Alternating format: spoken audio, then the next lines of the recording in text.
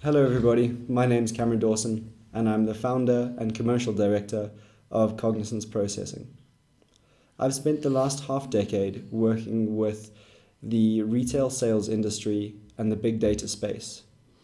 And time again, I've seen the growing void between the BI capabilities and their ability to take immediate, measurable action to generate opportunities. Andrew, why don't you tell us a little bit about yourself? Evening, guys. My name is Andrew Dawson. I am the MD of Cognizance Processing.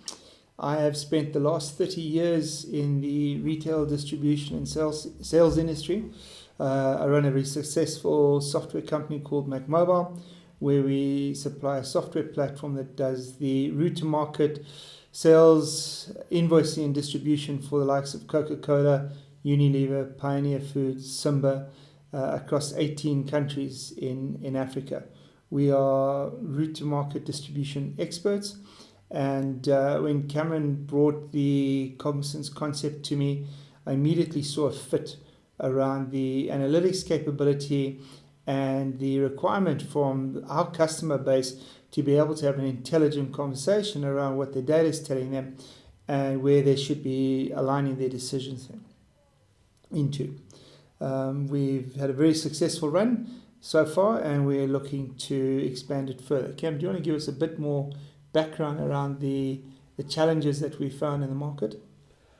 Andrew, with the market being so saturated by BI tools and a plethora of different platforms allowing you to manage the deluge of data that is flowing in, it's become more and more difficult to sift through all of that data to take action on the most critical and important opportunities.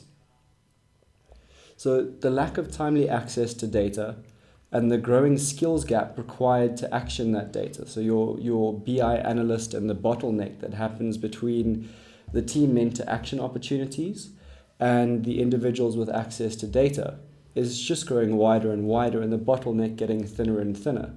So all of your teams on the ground, it's taking them ages to be able to reach a decision that allows them to take action and make something happen. Kevin, I'm 100% aligned. I think that was one of the key drivers that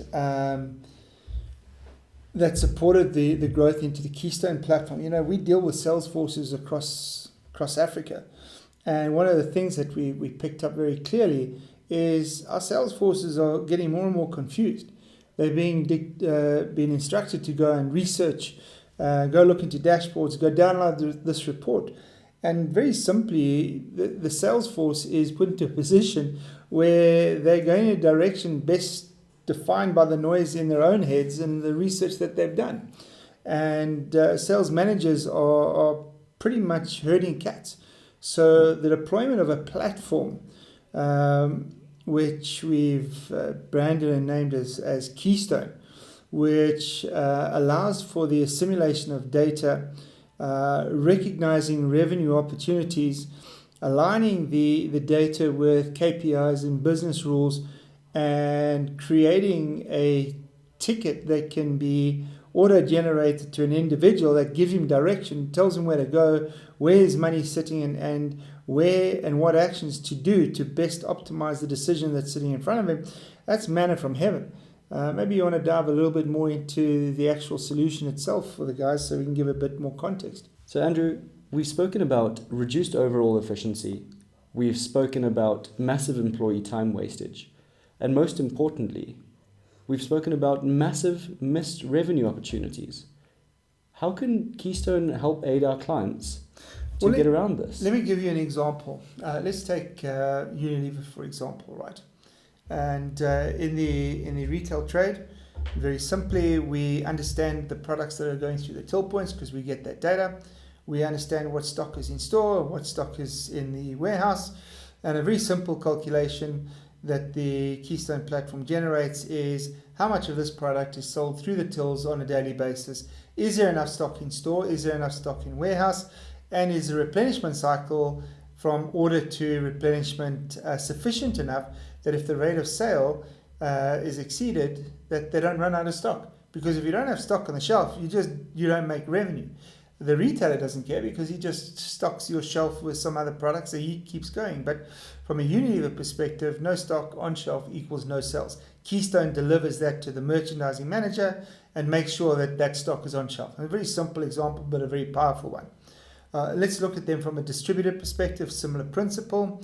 If I've got stock into a retailer and I have insufficient stock to support the rate of sale going through the retailer, the same principle applies. The same with damages. If we have a benchmark of damages that were accepted as a deviation and that increases, we need to know why. The system identifies the deviation and fires off a ticket to an accountable individual, say, you have a damages problem, go and look here now. Not 2 or 3 months later when you're looking at your report going, oh wow, we had a damages problem 6 weeks ago. This is about now, and this is what Keystone does. Delivers revenue opportunities in the now. So that's the effect of what we are doing with our FMCG customer. I think that gets right to the point. I do agree. Speaking of right to the point, let me take you through our business model. Keystone is sold on a monthly subscription basis at a fixed fee of $7,500 per customer per region. Keystone services all 3 components of the retail chain, that being merchandisers, distributors, and the brand owners themselves. We have a reseller program for the merchandisers and distributors in which they can sell back to their own customer base, and from that earn a 15% royalty. It does give a very valuable incentive. You know, most of your distributors work on a very low commission rate. So improving operations internally and then having the capability of leveraging the revenue stream upwards into their brand owners is always a welcome addition to their revenue model. Yeah, the ability to create additional revenue models for these distributors on their razor thin margins is just a great way to create customer stickiness. Absolutely, very powerful. And brand owners are very keen to see the data. Is not often made available to them. So we are really leveraging the transparency between the CPG owner and the distributors. So I think we've spoken quite a bit about this project that we are so passionate about. Why don't you tell our investors what we're looking for from them? Very simply, we've set up the Netherlands business to facilitate our growth into Europe, Asia, and the US. We have a very accomplished sales team in Toby Desforget and Mike Anthony, which is the engaged consultants, and we've put together a very comprehensive marketing plan. We now need to raise a fund that will allow us to drive that marketing plan, generate sales and revenue into that Netherlands business. The beauty of the platform is that it's a dollar-based revenue model with a rand-based supporting technology cost perspective. So everything we see, and the beauty of the risk of it is that there's no capital infrastructure required, there's no OPEX for salaries and staff required. It's pretty much driving sales and marketing, and that's really what we're looking for. In return for the $500,000 we're looking for as a budget, there's a 5% equity position available to the investor. For any additional information, please feel free to peruse our go-to-market document available in our data room. Thank you for your time. Have a super evening. Nice to have chatted to you all. Take care. Cheers.